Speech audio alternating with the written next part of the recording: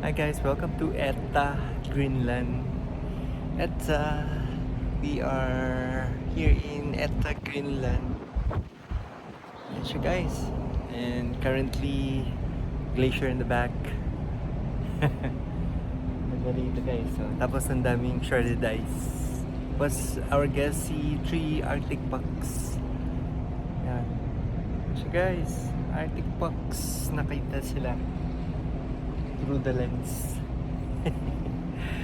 Yan, dito yan guys. So yun.